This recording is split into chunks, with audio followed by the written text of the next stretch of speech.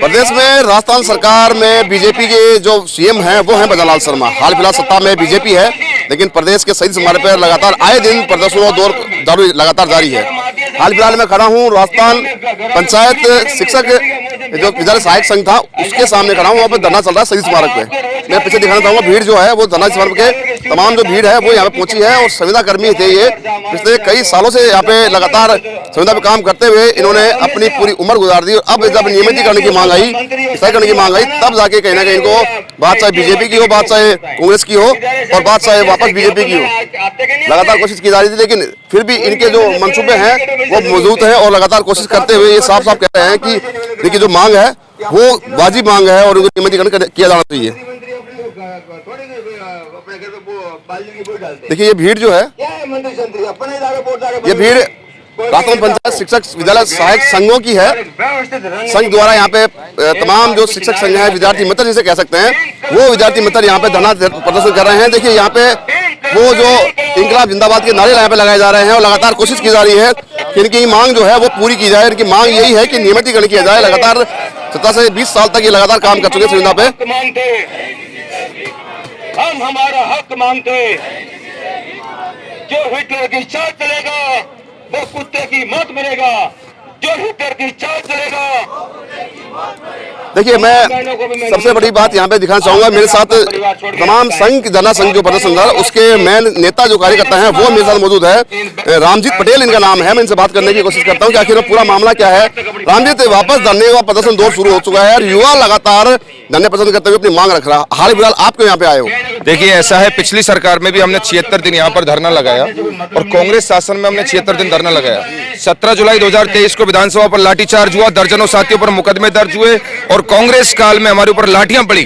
भाजपा से हमें पूरी उम्मीद थी, भाजपा के कद्दावर बड़े बड़े नेताओं ने हाउस को आधा घंटे बंद किया, चाहे गजेंद्र सिंह राठौड़ हो, चाहे रामलाल शर्मा जी हो, चाहे आज मंत्री जी है खीपसर साहब, इन सब लोगों ने हमारे लिए ट्वीट किया और ये कहा कि विद्यार्थी मित्रों की, पंचायत सहायकों की वाजिब मांग है। गुलाब चंद कटारिया जी जब सदन में रोते थे, हथेली में गुड़, कोनी में गुड़ लगाने की बात है पंचायत सहायकों के साथ में, लेकिन कांग्रेस ने हमारा शोषण किया।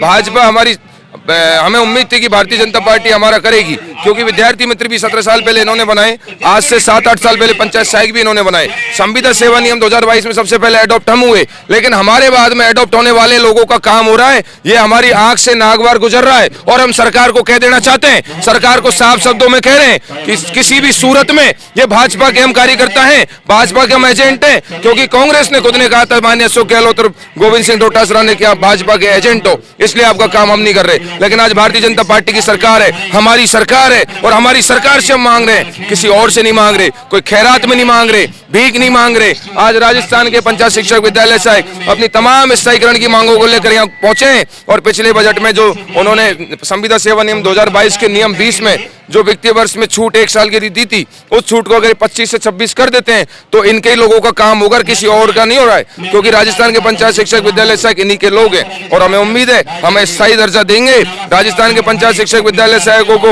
वो 31 मार्च 2025 से पहले उनके पद सृजित करेंगे, पद सृजित करके उनको स्थायी करेंगे। और जो टेक्निकल खामियों के कारण कुछ साथियों की जो डिग्रियां हैं तमाम, उनको अनट्रेंड करेंगे। अनट्रेंड जो साथी हैं उनकी डिग्रियां हैं उनको ट्रेंड करेंगे। तमाम जो डिग्रियां कंप्यूटर की, बीपीएड, सीपीएड, जो दुनिया भर की डिग्रियां ले रखी है हमारे साथियों ने, उनको वो एक शिक्षक कैडर में लाएंगे। लेकिन किसी सवाल यहाँ पे आपने अभी कहा अपने मुंह से कि हम बीजेपी के एजेंट है, क्या वास्तव में मानते हो कि आप बीजेपी के एजेंट है? देखिए ये सरकारें आरोप लगाती है, कर्मचारी किसी पार्टी का नहीं होता है, लेकिन कांग्रेस ने कहा, अशोक गहलोत जी ने कहा, वो ट्वीट आज भी अशोक गहलोत जी का पुराना ट्वीट देखेंगे, गोविंद सिंह डोटासरा जी ने कहा, वो प्रदेश अध्यक्ष है कांग्रेस के, उन्होंने हमें एजेंट कहा, हमने नहीं कहा। लेकिन हाँ ये जरूर है कि भाजपा ने हमें लगाया है, तो स्वाभाविक तौर पे एक किसी को कोई सरकार नौकरी देती है तो उसके साथ विचारधारा जुड़ी जाती है। तो हमारे ज्यादातर जो परिवार है वो भारतीय जनता पार्टी से बिलोंग करते हैं। हाँ जी, तो एक सवाल और, कितनी की संख्या होगी जो लगातार दर की ठोकरें खा रहे हैं अपनी मांग को लेकर धरने पर? 23,700। क्या मांग है पूरी विशेष? स्थायीकरण, संविदा से मुक्ति दे दो हमें। तो कब तक संविदा में शोषण, संविदा का 10 जेल तरेंगे 17 सालों से। स्थायीकरण दे दो, राज्य कर्मचारी का दर्जा दे दो, राज्य कर्मचारी के दर्जे की लड़ाई हमारी। तो तमाम तरह की वेतन विसंगतियां हैं उनको दूर कर दो, तमाम तरह की जो डिग्रियों के तरह की जो वेतन विसंगतियां आ रही हैं, जो डिफरेंस आ रहे हैं, उनको पूरा कर दो। बस एक ही मांग है। अन्यथा बजट में हम बड़ा आंदोलन करेंगे और बजट में बड़े आंदोलन में अब की बार 20,000 पार नारे के साथ में विधानसभा कूच करेंगे। ये भी तय। सबसे खास बात यह कि यहाँ पे 23,700 जो है शिक्षक जो सुविधा में लगे हुए थे, विद्यार्थी मित्र जिसे कह सकते हैं, वो कई ऐसे भी है जो ओवर एज होने यानी कि रिटायरमेंट की नौबत आ गई है। लेकिन हाल फिलहाल इनकी एक मुख्य मांग जो है वो है कि इनका नियमितीकरण किया जाए, राज्य सेवा जो अधिकारी है या राज्य कर्मिक है उसका दर्जा इनको प्राप्त हो। ऐसी कुछ मांगों को लेकर प्रदेश के विभिन्न अंचलों से इस कड़ाके की ठंड में यहाँ पे पहुंचे हैं। शहीद स्मारक में धरना दिया जा रहा है और धरना कब तक चलेगा ये बात की बातें हैं, लेकिन हाल फिलहाल इनकी समस्या सुनते हैं। कुछ महिलाएं मेरे साथ मौजूद हैं, मैं उनसे भी बात करने की कोशिश करता हूं और जानता हूं कि आखिर में यहाँ पे क्यों पहुंची है और घर बार छोड़कर यहाँ पे धरने में शामिल होने के उनका क्या मानस रहा है। मैडम, सबसे पहले आपके पास कहाँ से पहुंची हैं आप? खंडेला से, सीकर जिला से। सीकर में कहाँ से? खंडेला से। खंडेला से पहुंची आप, क्यों पहुंची है आप ये बता दीजिए। हमारा स्थायीकरण होना चाहिए। कहाँ का स्थायीकरण? पंचायत शिक्षा और विद्यालय सहायक होगा।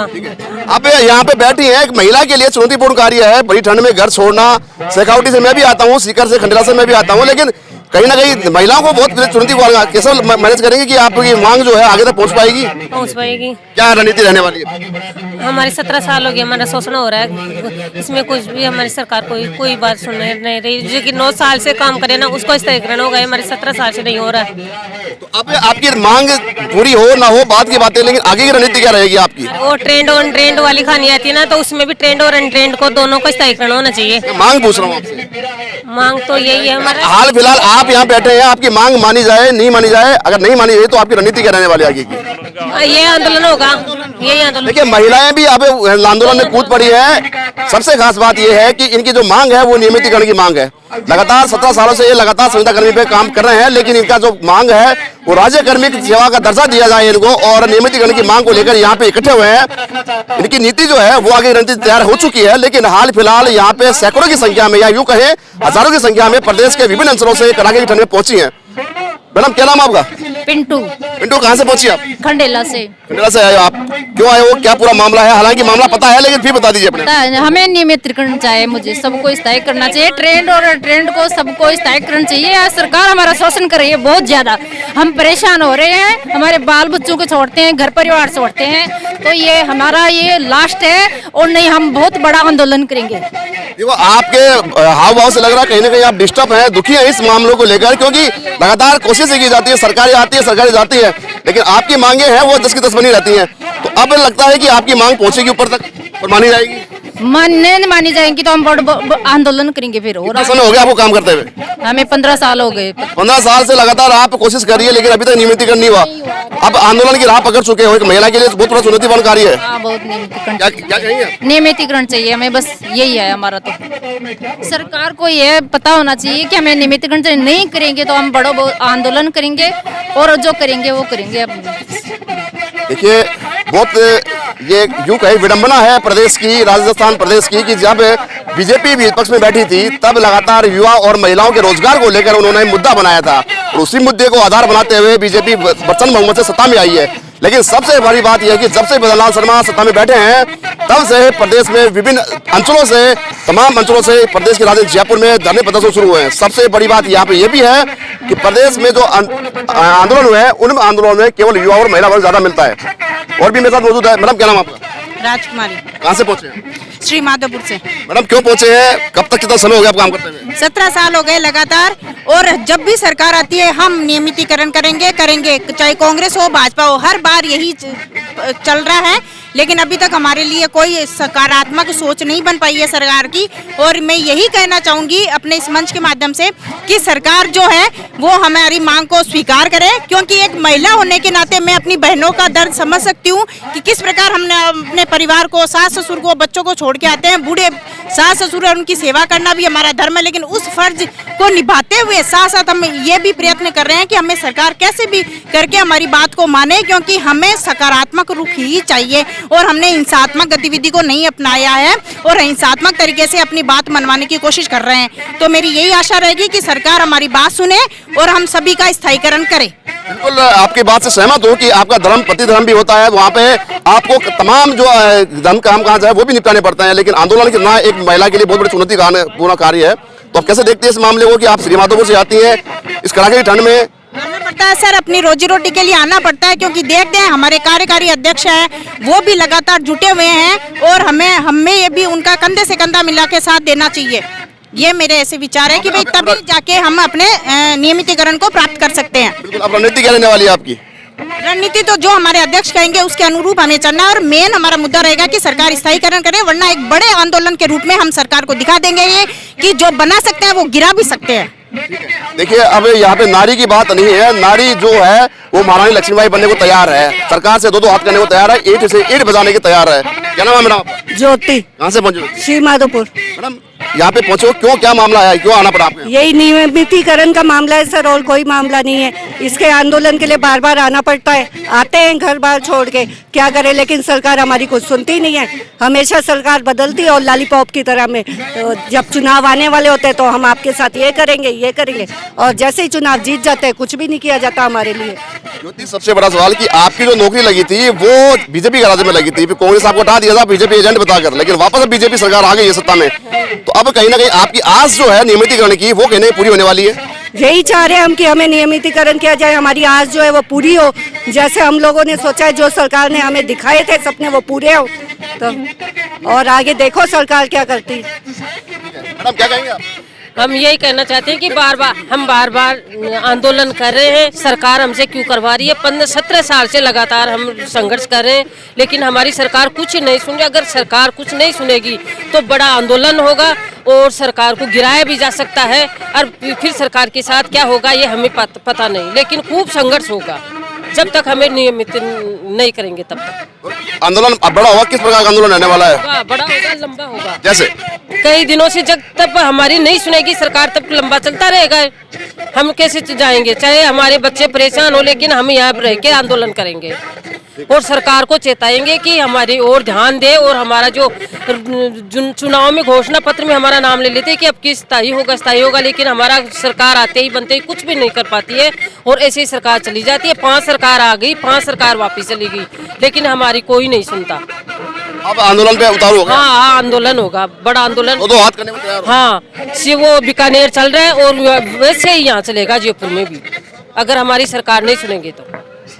बिल्कुल। देखो, अब यहाँ पे महिलाएं हैं वो भी इस रण में मैदान में कूद चुकी हैं और रण इतना भयंकर होने वाला है कि वो आने वाला समय बताएगा, क्योंकि लगातार इन्होंने मांग कर ली 17 सालों से। 19 साल इनको लगभग 17 साल हो गए और अब रिटायरमेंट का समय भी आ चुका है। कुछ ऐसे कैंडिडेट भी यहाँ पे मैं दिखाना चाहूंगा, कैमरा पर्सन जाकर दिखाएं कि वो शख्स है जो लगातार कोशिश कर रहे हैं कि उनकी मांग जो है नियमितीकरण की वो पूरी हो, और नियमितीकरण पूरी होने के बावजूद इनका जो सरकार के जो नुमाइंदे हैं वो यहाँ तक पहुंचे हैं, लेकिन हालात ये हैं कि अभी अपनी मांग को लेकर लगातार संघर्ष करते नजर आ रहे हैं। प्रकार की भूख नहीं होनी चाहिए, कम से कम आपको भूख नहीं होनी चाहिए।